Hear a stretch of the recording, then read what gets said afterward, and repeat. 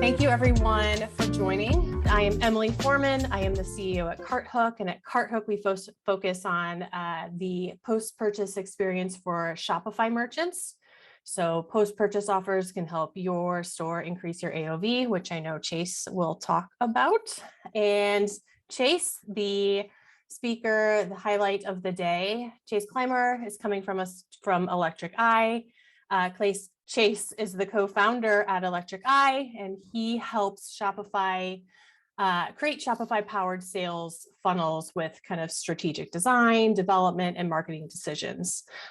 Chase also hosts the Honest Ecommerce, which I've had the pleasure of chatting with him on, which is a weekly podcast that provides online stores with honest, actionable advice to increase their sales and grow their business. Yeah, all right, thank you Chase. so much. Yeah, take it away. Absolutely. We'll dive right in. First, I want to thank CartHook. Thanks for putting this together. And then I want to thank all these awesome brands that are joining and watching us do this. You guys are awesome, and I wouldn't be here without you, and neither would Emily. We exist to help you. So without you, we wouldn't be doing this. So thanks a lot for that. So let's dive in here, though, because everybody wants to know how do I grow my business, right? Everyone here has an e-commerce brand, I'm assuming, you're. A commonality that we see with the brands that we work with at Electric Eye is they kind of get out of that product market fit stage where they're trying to figure things out, and they start to move into trying to scale their business. And there's kind of this advice tornado, as we have listed here. There's all these gurus, consultants, an app's going to do this for me, or this marketing channel is going to be the best thing ever. And I do understand, as a guy giving a webinar right now, it's kind of hilarious me saying don't trust gurus and consultants. But I hope that at the end of this, you'll understand where I'm coming from, that, there's not a one size fits all solution for anything. There's not a silver bullet out there that's going to change your business. It does take hard work, but through working with merchants for the last 5 years at our agency, we have developed what we have coined our brand scaling framework. This is what we walk through with all of our clients. I'm not going to keep anything back here. I'm going to tell you the whole strategy about it. But the kind of, the minutia, the particular tactics of it, they change on a business to business basis. So there is a little bit of work you're going to put in on your end. But all these things as a strategy, it's a very great framework to kind of understand the math behind kind of growing your business. And that's a great transition to the next slide is here. Look, there's a lot of advice out there and like KPIs that people say that you need to focus on. These are the ones that I am going to argue are the most important for any small business that's like a direct consumer brand. So you got your conversion rate, your average order value, and your sessions. And just so we all are thinking about these the right way, I'm going to give some quick definitions real quick. So conversion rate, that's going to be your sessions divided by your orders is how you do that math. And then your average order value is going to be kind of your average order value. You take all of your orders and you divide them by the values of those orders, and you kind of get a metric there. And then sessions isn't a math problem. It's how many people visit your website in whatever kind of timeline you're looking at. Sessions differs from traffic just a little bit, so I will highlight that. Sessions is not unique people, it's unique times. So if I went and visited CartHook's website 3 times, that'd be 3 sessions. So that's kind of a thing I really want to call out there. And these numbers are just front and center in the back end of your Shopify screen. You click on analytics, and these are in one of those blocks there, right? So why do these 3 numbers matter? It is because e-commerce is math. It's that simple.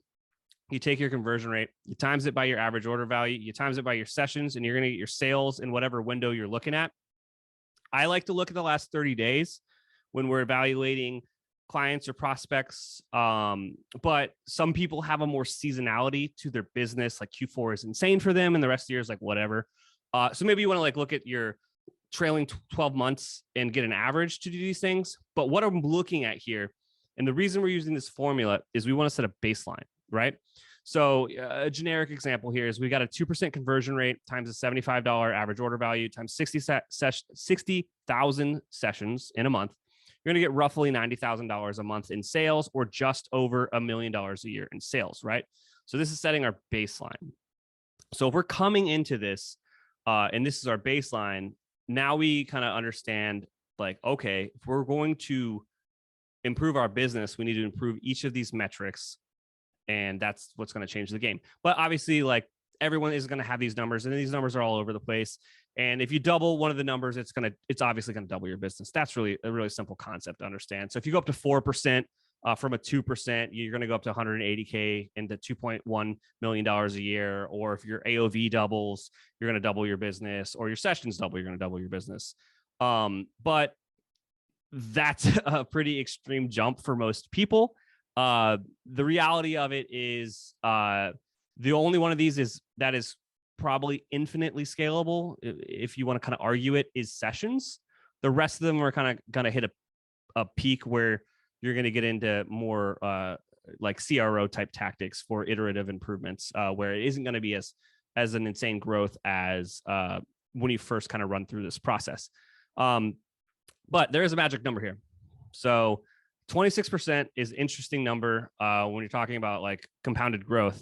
If you have 3 KPIs in your formula and you increase each of them by 26%, you're actually going to increase the output by 100% because they compound upon each other. So if I go back a slide real quick, you got like a 2% conversion rate and you get that increased by 26%, and your $75 AOV is increased by 26%, and your sessions are increased by 26%.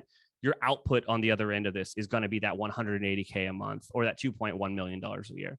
So now that everybody kind of understands this formula that we're going to use to establish the baseline, we can kind of dive into each of these metrics a little more specifically.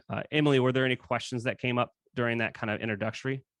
There were no questions. All righty. Well, I guess I'm a great teacher. You're laying the foundation. Awesome. Yeah, let's dive right in. So 26%, it's super important. Let's talk about conversion rate, right? Conversion rate is interesting little KPI here. There are a lot of things that go into your conversion rate, right? And I'm going to list out a few of them here, but I'm going to narrow in on a very specific one here in a second. So first and foremost, product market fit is extremely important when it comes to your conversion rate. If your product doesn't solve a problem for the people you're putting it in front of, the best advertising in the world, the best website in the world, whatever, isn't going to sell that product. Like, fundamentally, people are not dumb. They will only buy things they need. So you got to have product market fit. It's got to make sense. And a little side note on that, I truly believe that an agency, consultant, a freelancer, whatever, can't help you find that. That is like a founder's journey. That's a founder's struggle. You got to put in the work. That's about being an entrepreneur. Again, there isn't a silver bullet here. You got to find a product people want. And then you got to find that audience to put it in front of. So, product market fit isn't really something you can also improve. Really, it's like more of a binary trait. You either have it or you don't. And if you talk to any founder out there, they will tell you if they have it or they don't. But they won't tell you exactly when they figured it out. It kind of just like one day happens. It's a really weird thing, and I really hope that someone really dives in deep on that in our ecosystem, especially in Shopify, and talks more about it, because it's a very interesting concept. But like another thing that really impacts your conversion rate is kind of like how insurance likes to describe things to get out of paying for stuff is like acts of God. Like, so when a tree falls on your house or whatever, but like in the e-commerce ecosystem, it's more like your product goes viral, or a celebrity wears your t-shirt, or like what actually happened in the last 2 years, there was a pandemic and you saw a skyrocket of sales in certain categories. Those things do affect your conversion rate, but you can't really predict that. So it's not worth your time to put any effort into it. So just kind of ignore it. Another thing that really impacts your conversion rate is traffic quality. But we're gonna talk about that whole thing in the third KPI with sessions. That's all about traffic quality and funnels. So I'm just gonna skip that one for this and end up on the fourth one. Here is the number one driver of your conversion rate is your user experience, or your customer experience on your website. That's going to be the number one thing that affects your conversion rate. So what that kind of the ways that you're going to see to improve that is, the first is you want to focus on your customer experience. Now, most brands, when they hit that mythical $1 million mark, they are still a small business. It's like a founder, and they just had their first hire, or it's a very small team, hardly enough people that couldn't get fed on a pizza, right? It's like that's the small knit group. And the truth that we find is that these brands are passionate about their product, the problem that their product solves, and about their customers, right? But they're not technical. They don't understand the nerdy stuff that's going on the back end of their store. They don't understand how to code. They don't understand marketing funnels. They don't understand, conversion rates sometimes, right? There's a lot of stuff that we're educating our clients and, through all sorts of things. And it's just, these things aren't their specialties. And they haven't really thought about it through that lens just yet, because they were more focused on building a cool product to solve that problem for their customers, which is perfectly fine. And I'd even go as far as to say is like, it's way cooler to see brands like hit that 7-figure mark before they like have invested truly with someone that knows what they're doing, because that just goes to show that you actually have product market fit. But once you kind of have those things going for you, there are some common issues with the experience that we see. And I'll kind of dive into this a bit now. So the first thing that we see is a lot of people are using, there's nothing wrong with an off-the-shelf theme. Let me just start there. But when you're kind of moving out of that like startup phase into now like of a scaling phase, there is a better solution for your business. And it's usually in the form of a custom theme. And also, so out of all the clients that we work with, we'll like take a look at their site, we'll audit everything. And this is a really common thing that happens is people are installing and testing Shopify apps because there's an app for that. The Shopify ecosystem is super great. There is a side effect of doing that though, is you're kind of injecting code into the theme. And then when you press uninstall, that code's still there. And oftentimes, you're using a theme that's 2 or 3 years old. It's got 2 or 3 years worth of extra stuff in there. And that's really hard to clean out. No team really wants to do that. And it's slowing your site down. Most of the time, those things have JavaScript calls. And as they stack up, it is detrimental to the performance of your store. Also, something we often see is these MVP websites that people build out when they're kind of first getting started weren't built by a professional like that understands kind of customer journeys or e-commerce shopping patterns. They did it themselves, or their designer did it, their kid did it, their friend from college, whatever. It's great. It works. It got you to this point. But it isn't really hitting on these best practices, right? A very, very common issue is the navigation makes absolutely no sense, or the way variants are handled is just atrocious. And it's something that brands are so close to their own websites that they don't understand it's wrong until someone comes and tells them that it's wrong. Because if you know how to get to the product on your site because you've been using it for 4 years, like that's great. But does your customer know how to get to that product quickly? Emily?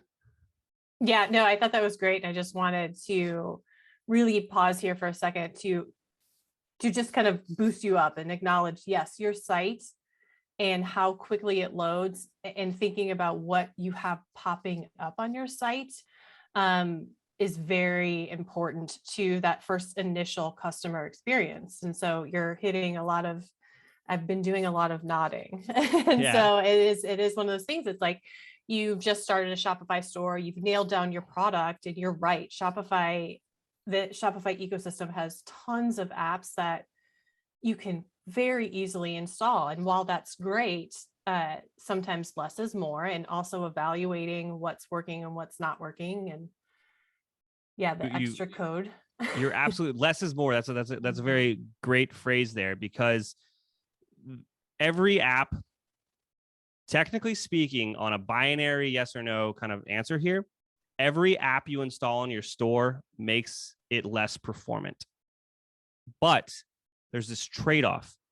It's like, does that detriment to performance, like, is that feature or functionality adding value to the customer experience, adding value to the purchase, whatever? Like, there's always this trade-off, and you need to have that conversation with whomever your trusted partners are to make sure that it is, the juice is worth the squeeze, as they say.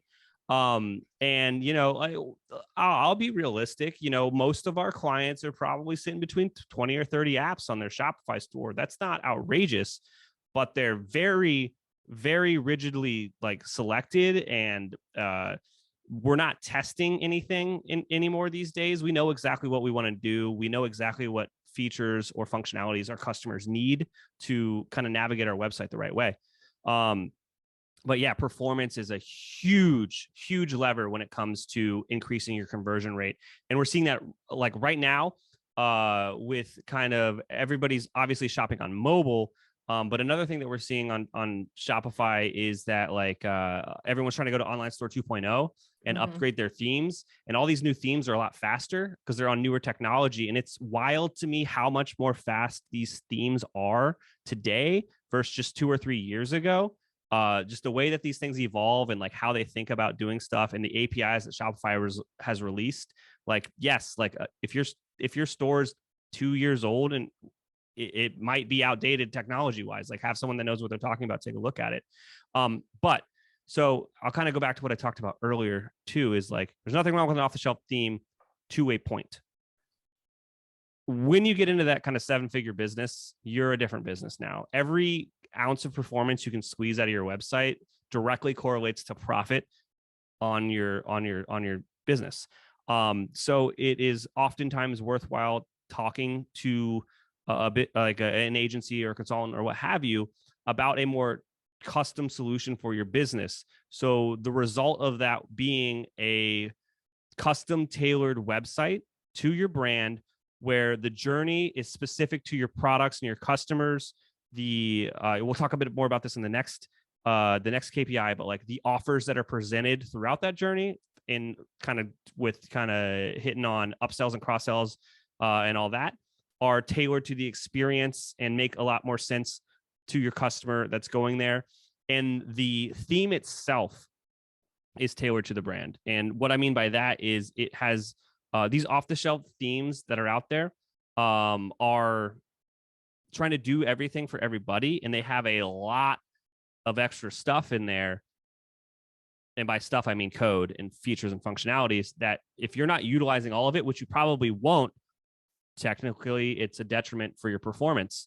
So when you get over the hump, you're now a 7-figure business, investing in your number one salesperson, by the way, your store, your theme, your website is your number one salesperson. Investing in that and trying to squeeze out as much as performance as you can is always a good investment. So first KPI, you're going to focus on your customer experience. Maybe it's a new website, maybe your website's great, but you just need to kind of like improve some things, get best practices in place, what have you. Like that is usually like a big performance boost for that main KPI there on conversion rate. Say you get that done, right? You do all that work. Websites are living, breathing things, and they are never done. So sorry to burst your bubble. You're going to be working on this thing forever. The next thing you're going to do is you're going to get feedback and you're going to adjust. And this is basically, you can do this a little less scientific methody. Like, you don't have to go into CRO. Side note on that. If you're $1 million business, you probably don't have the traffic that makes CRO a worthwhile endeavor of your time. Like need a lot of visitors to make CRO actually work. So that's a whole sidebar. But in this particular part of it, you build out a fantastic website and it's super performant, and the navigation makes a lot more sense. You're getting your customers to the products that they want faster. You do all this work. The website's not done. There's always places that you can find to improve it. There's a few things that you can do. You can ask your customers for feedback on your website. You'd be surprised at the great insights you're going to find from the people that are actually trying to buy things from you, what they're actually going to say to you. Like that's a great thing to like, and then, take those to your team and make those improvements. You can also, a fun thing that I've seen is you can go to a coffee shop, buy somebody a coffee to say, hey, buy this thing on my website real quick and tell me where you're getting stuck or what questions you might have. That's a huge eye opener for a lot of people. There's also some more professional resources out there. I want to say like usertesting.com. It's a super popular one. There's on the more cheap side. There are people on Fiverr, but I would say like you get what you pay for, So I don't know how much you're going to get out of some of those types of solutions. But that's on the more DIY side of things. When you get a little more traffic under your belt as a business, then you can get into like more of the actual like CRO, conversion rate optimization type stuff. And I think conversion rate optimization is like got the big name in the game these days, but I think it should all like for an e-commerce brand, maybe it should be more like KPI optimization. Because like oftentimes people are, it isn't just conversion rate they're optimizing for, cart size, average order value, et cetera. And you're basically what you're doing there is you're making hypotheses that like we're going to make this change and we believe it's going to do this. And then you're going to test it with a split test.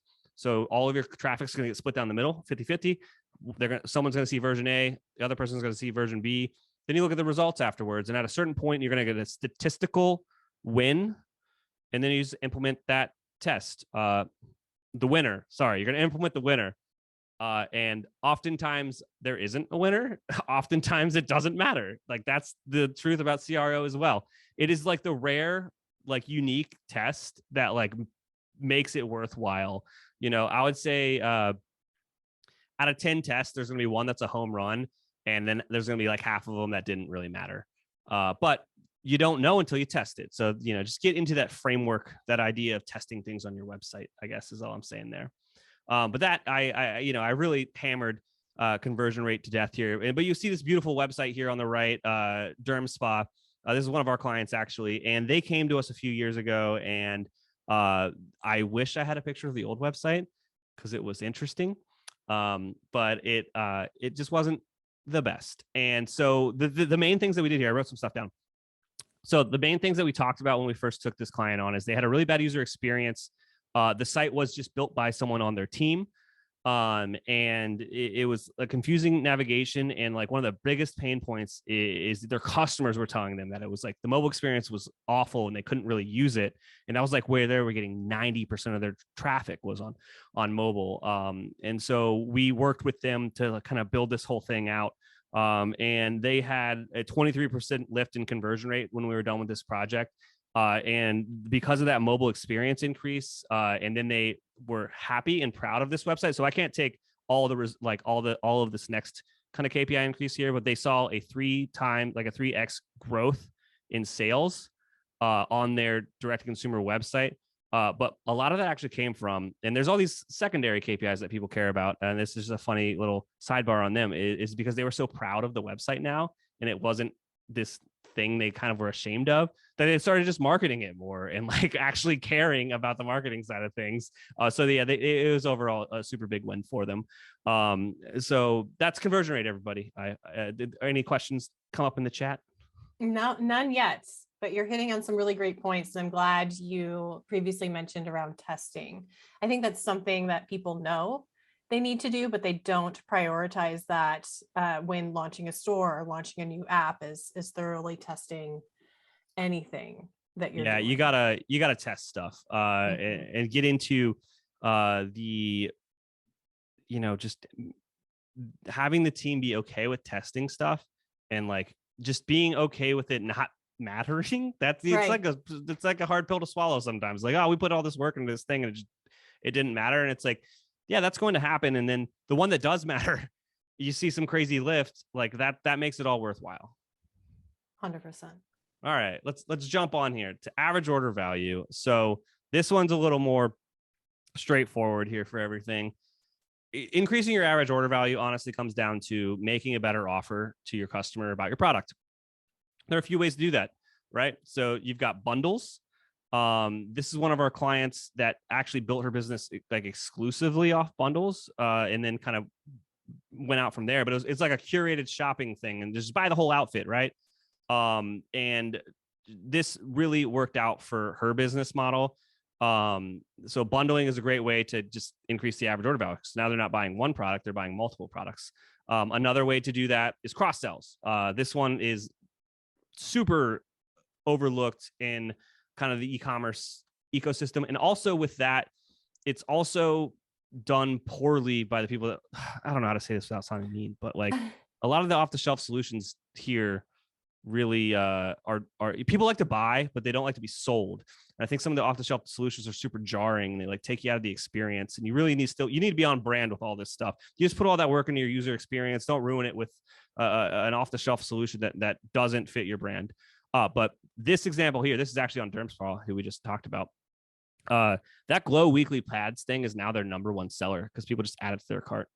It's just the little simple strategies like that can really do it. And there's a million places that you can add these kind of things. But there's also another strategy that we're going to talk about is upsells and post-purchase offers. And I believe that I'm not the best person to talk about this anymore. I think Emily, you can kind of chime in on this side of things. Yeah, I'm not to jump around here, but that last slide on the cross sell for the DermaSpa, their offer was $100. And is that correct? Yeah, those things are well. Well, I'm just saying the choice of the very most amazing. of their products are expensive. They're like really nice skincare products. Good for them. Yeah. I'm glad that's working out, because I would love to know what their average order value is. I'll tell you that's a great cross sell. Yeah. But yes, another to add to just an obvious solution to increase your order value is post-purchase offers. And little pitch here, that's kind of what CartHook does. That is, right? So CartHook we are an extension of the Shopify checkout page. So we kind of insert ourselves into the funnel flow like immediately after checkout. And we found that this strategy approach converts really well. So we see very positive acceptance and conversion rates on our post-purchase offers. And that's because we're hitting shoppers during that initial purchase high, and carrying it through with an offer that is maybe is an add-on to, let's say they bought coffee and the post-purchase is a travel mug. And you can get very strategic with your post-purchase offers based on what the customer has already purchased. So you're really crafting this personal experience that feels personal for the shopper, and you're making it simple for them to just easily add it on after that initial purchase. So taking advantage of that cross-sell pre-purchase, you've got your order bumps possibly happening on your checkout page, and then post-purchase offers happening after the initial purchase really creates this unique customized experience that immediately can help increase your average order value. Yeah. And one of the things I like that you kind of highlighted there is like the different parts in the customer journey where you can present these offers. And there isn't a one size fits all here, really. And right. You highlighted it with DermSpa. Like, that's expensive. Why'd they do that? You got to test things again, but there's different places for you to present these offers. And like one that I really like, it's really subtle, is there's a band called Unbound Moreno. And on their single t-shirt page, there's like a little and it's not even fancy or anything like this. It's just under the add to cart button. They're like, or buy 3 and save. And that just shoots you over to the bundle. And that right there is an upsell. Because I wanted to buy a $30 shirt and now I'm buying an $80 pack. Yeah. But what just happened? Instead of a $30 cart value, it's now an $80 cart value.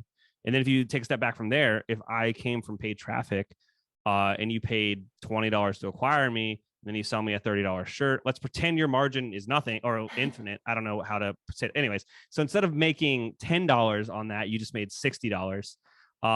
So those are the reason why you want to increase your average order values, because it makes everything better when you start thinking about cost per acquisition and paid growth. Yep. 100% agree. But also being, as we go back, thinking about the customer experience, right? So there's a lot that you got to keep in mind when you're setting up these strategies. Don't just throw everything out there and see what sticks. Like, your product the best. And that's why DermaSpa, that's awesome that they have a cross sell that's $100. They know what sells, and that's now their best seller, and that's just adding to it. So yeah, super impressed with that. Well, here's another like little strategy on that. You can export all your order information from Shopify and throw it in your favorite Excel, whatever, Google Sheets for me.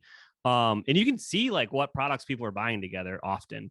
And you can start to build out these like either bundle offers or cross-sell offers through the data that already exists, because your customers are already buying things together all the time. So that'll allow you to kind of get to a better place with this stuff faster. But yeah, there's a lot of opportunities to add these offers all over the place to the customer journey.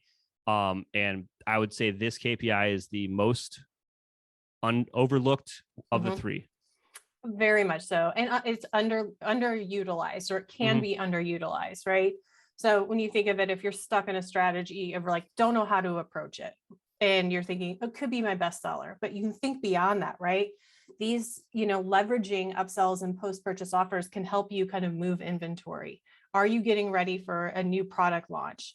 Do you need to get rid of some inventory? Yeah, that's a good one. Is there a promotion happening? So my roommate is in a metal band, and they have a lot of dead stock all the time, and they do an offer in their cart, which is a mystery t-shirt, which is just to get rid of things, which is that's just dead inventory that's taking up room on the shelves. So they do an offer for like whatever, $15. You can only get it if you buy something else. But it gets rid of all that old inventory, and it's just pure profit at that point. Yeah, I was going to say their conversion is probably super high on that. Like it is one of the there's a lot of opportunity in thinking just beyond like the bestseller approach. Bundles are great. We've already talked about, and subscriptions ties you into building out your customer lifetime value. So that person could have come and purchased one thing, and you turn them into a repeat, essentially, customer by upselling to a subscription. So I could go on about this and there's a lot of, different strategy pieces here that go into play, but yeah, I would agree that, upsells and post-purchase are kind of bypassed when thinking about the customer experience. Oh, absolutely. And it's definitely a really fun one to get into on the consultant side of things, because everyone's business is so unique, and yeah, I apologize that I can't give you like, do this. It's like, it is very different between like, what are your products cost, and what do they do? And like, there's a lot you got to learn about it before something it becomes a little more obvious. But we have 3 KPIs. We got this one. Here's another key take. This is another one of our clients. They sell gag gifts, like interesting, whatever. And their in-cart upsell is gift wrap, $5. And they have a redemption rate that is through the roof. And they used to offer it for free. And I said, no, like, let's put a number next to it, make people pay for it. And it again, it's their number one selling product is an upsell, which is, they understand their customers. Their customers are buying gifts, right? And it's like, do you want me to save you some time? We'll just wrap this for you. And it did very, very well for them. Love it. Awesome. So I've been long-winded on these other 2 KPIs, so I promise to be a little quick on this one. The third KPI that we're talking about today is sessions, right? This is the easy stuff we're getting to. And it's just like, how many people are coming to your site? How are you getting people to your site? The best way to think about this is the funnel approach. There's like a simple 3-step funnel with every e-commerce business. You have a funnel already right now. If you're not thinking about it, I can probably walk you through it later on. You have a funnel, trust me. There's 3 steps to like the main funnel, and this makes it very easy to understand. So you've got here at the top of the funnel, people often refer to this as cold traffic, or prospecting, or this is like the awareness stage. And all the efforts that you're doing in this stage is in an effort basically to get the customer to the next stage. But like, you're also like, it'd be real sweet if they bought right now. But like, basically what you're trying to do here is build awareness about your brand, because people at this stage, before they get here, like, they don't know anything about your business or your brand or your product. And the goal of any activity here is to let them know about your brand or business or product, so they are primed and they are familiar with your business. And it kind of just goes back to old advertising adages. Like, people have to see things a few times before they like want to buy something. So the kind of the goals and stuff here at the top of the funnel would be to get people aware of your business. And there's a lot of ways to do this. Some more common ones are like Facebook prospecting ads, Google shopping ads, or the more traditional stuff would be like, a magazine ad is a little more old school, or billboards, right? There's a lot of things to do at this top of the funnel here. But again, it's more like building awareness and converting people that are cold to your business. They don't know anything about you, to kind of the next step of they are familiar with your business now. That's the ultimate goal of kind of this part of the funnel. Now, you build an ad that's super great and you're converting people to purchasers at this part of your funnel.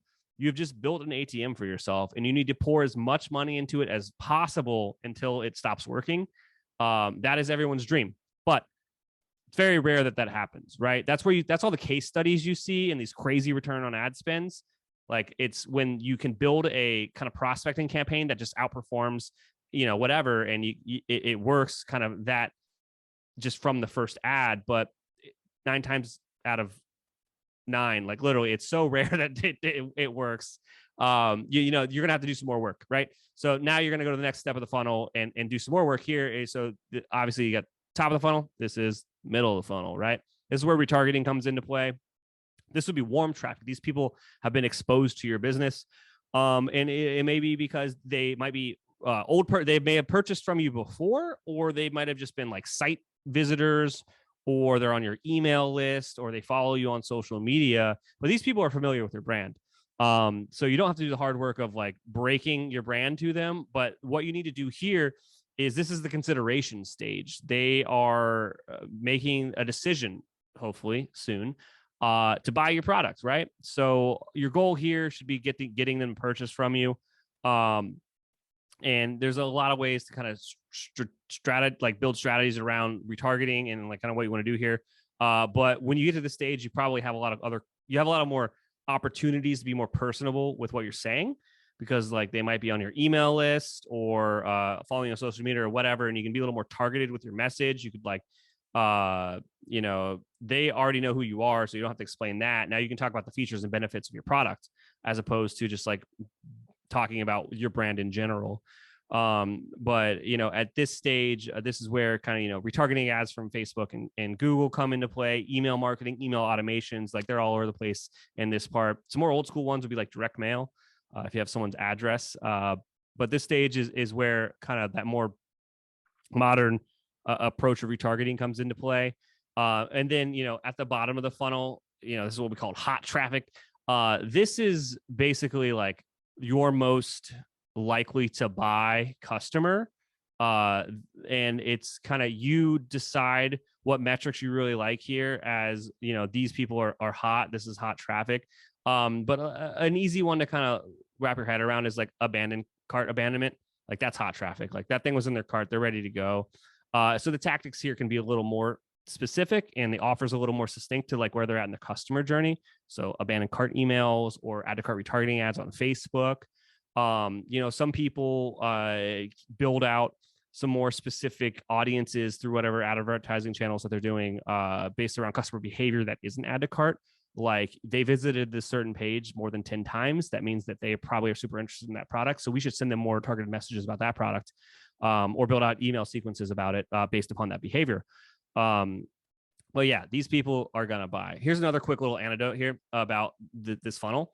At the top of the funnel here with cold traffic, this is going to be your least performant as far as return on ad spend goes, because you're working hard to convince them who the heck you are. Most of the time, this is going to be a less than a 1% return on ad spend in this category over here.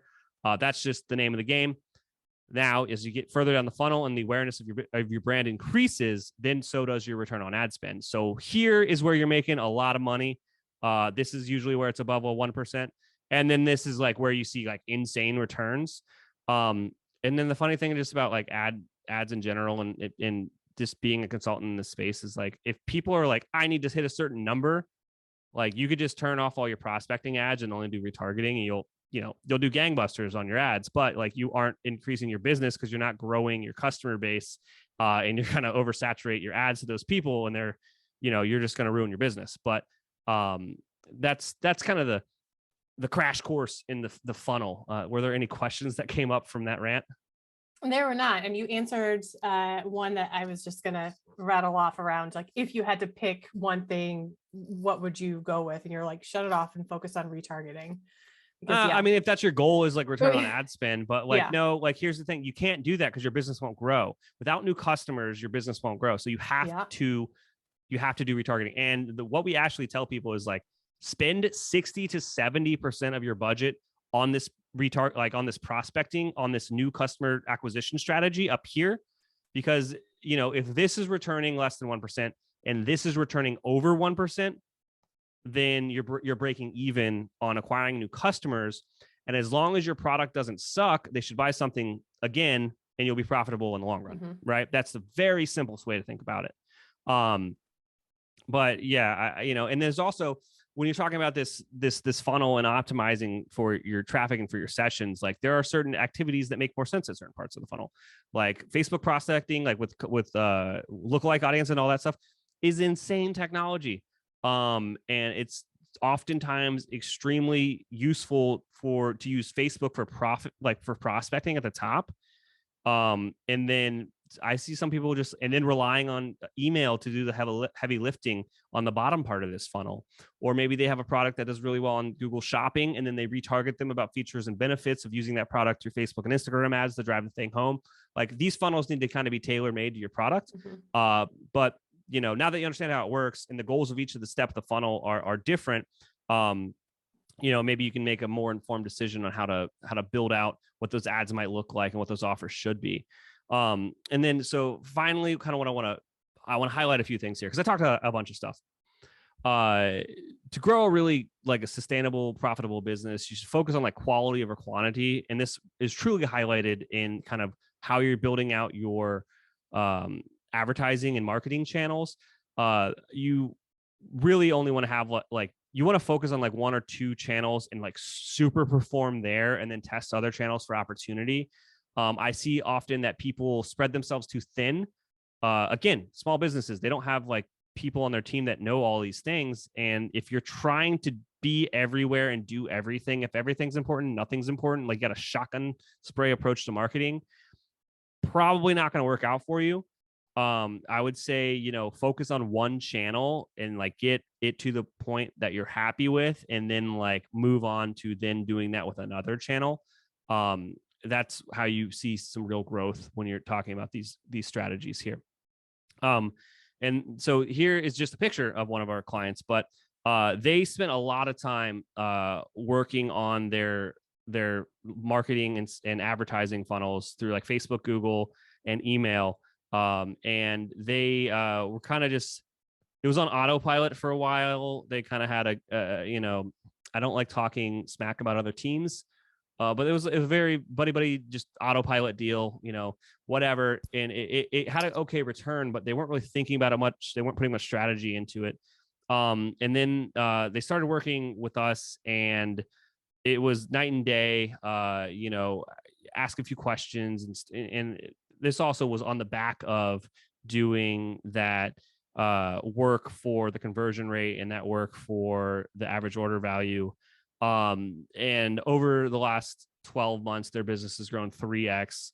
And Q4 did some wild numbers, and we're trying to do it again next year. But this is kind of what happens when you put in that work up front, and then you can like now send more qualified traffic, because there is a delta, right? If you focus on the user experience and on that AOV first, and you get those to a better place, and then invest in driving qualified traffic, that's going to return a lot higher than if you just spend all that money on traffic. You can just do the math, and you can see that like the money you're leaving on the table, that's called a delta. Like, that could have been profit in your pocket. So it's definitely, what I'm trying to say there is like, think about the long tail of what you're doing here with your investments and like the long game. And you should definitely kind of do it in this order of operations. But again, like I kind of highlighted earlier, like your website is this living, breathing thing. It's never really done. Like, get it to a great point and then just keep iterating upon it. And then again, like when you're doing advertising and marketing, it's another iterative approach. Like, test things, try new campaigns, try new offers, try new creative, and then learn from it, and then make informed decisions on doing it again. Amazing. Absolutely. So I just said so much stuff there. If I really want to like dumb it down to like, what should I do as a business owner?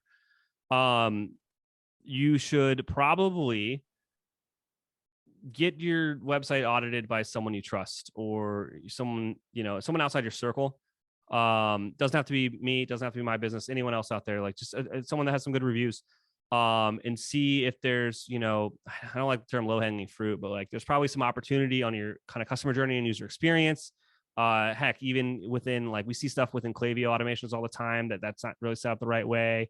Their retargeting structures and their ad campaigns aren't all right. Like, get a second opinion. If you're making 7 figures, you can afford a second opinion, and you should do it, because those usually pay for themselves. And just get that experience to the best thing you can do before you're dumping all your money into paid ads. And there's another sidebar there. If anyone listening to this webinar is more in that startup phase and they're trying to acquire those first rounds of customers, if your growth strategy is paid ads, you're in for an uphill battle. It's probably not a sustainable strategy to really grow your business. Those keep getting more expensive and more expensive and more finicky. Google is notorious, not Google, sorry, Facebook's ad product is notorious for being like just garbage, but it still works somehow. But piggybacking like your growth upon something else that is kind of unpredictable is like a hard way to do it. And Facebook is really good at like iterating upon data that's already there. But if you have no data to begin with, like you're now just testing, and you could burn a lot of money before you find something that works. Whereas kind of more less scalable strategies in the beginning of like, getting your product in front of customers where they are, be that Facebook groups or farmers markets or what have you, will get you some feedback a lot faster on how to get things done. Definitely. It's definitely that thing of use your network, right? Like talk to your friends, your family, get their input, because you're looking at your site, your funnels, your data day after day, and you most likely are overlooking something. So I don't think it's wrong to say, let's focus on having someone pull some low-hanging fruit, right? Tackle those first and see what changes in the results, and take things from there. So it was a lot of super valuable information, Chase. Yeah, it's something I said this earlier. I was like, you know what, I'm going to be in the jam. So I made a bunch of notes before this, everybody. And I let something slip by me. So when talking about sessions, here's a really good kind of thing to think about when you're talking about growth on sessions. Like I said, it's like kind of like the most scalable part of that equation. Growing it by 26% is easy. Like that is not hard at all.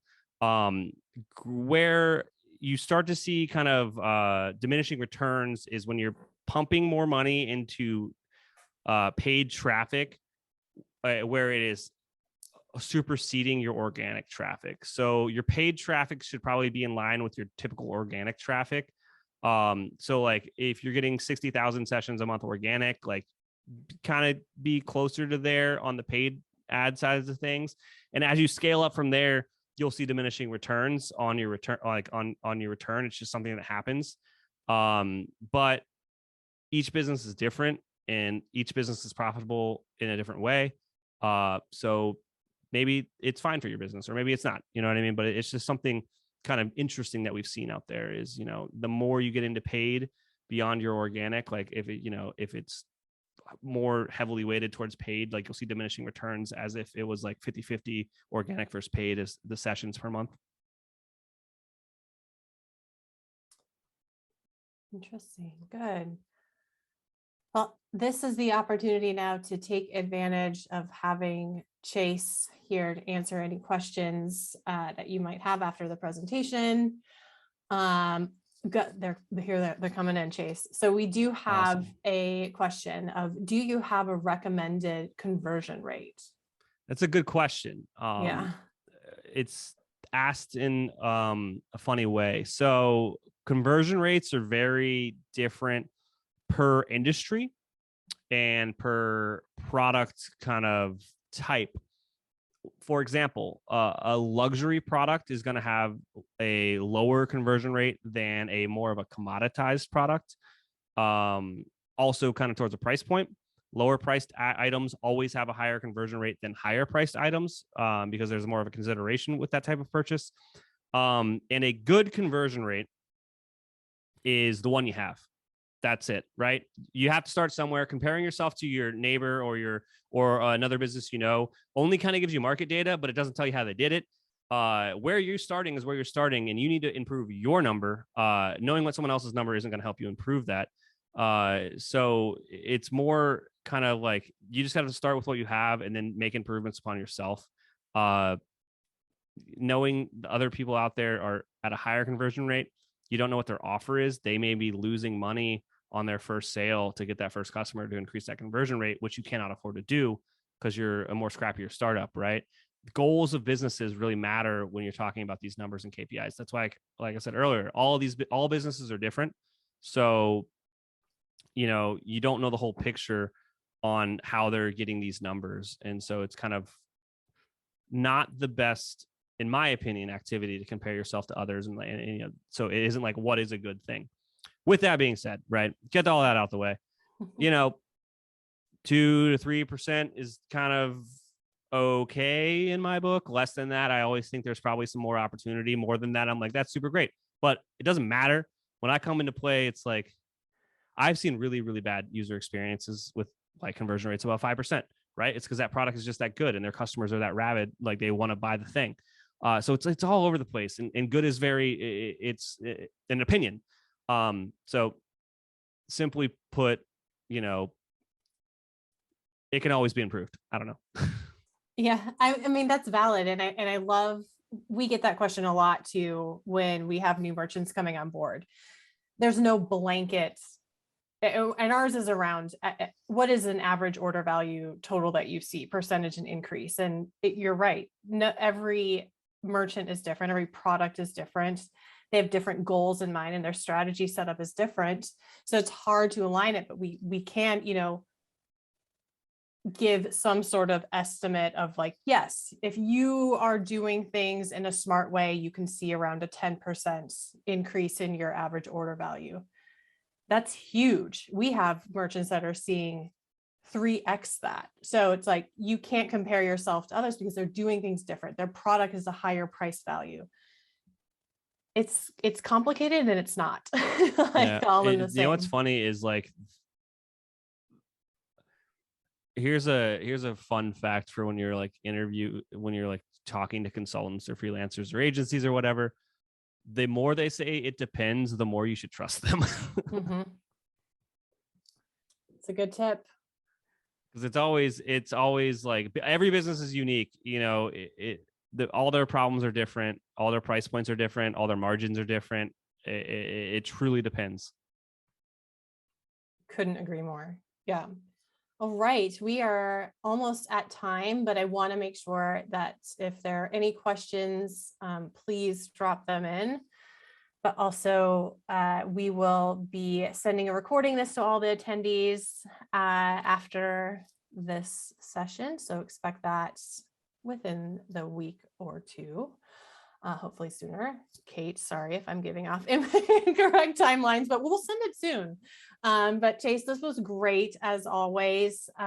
Tons of really great information for existing Shopify or e-commerce merchants, even who have an existing store, or new ones, to really create the foundation to build a successful business. Yeah, absolutely. I had a blast. Thank you so much. Yeah, you bet. All right, all, have a great rest of your day, and we will see you later. Bye.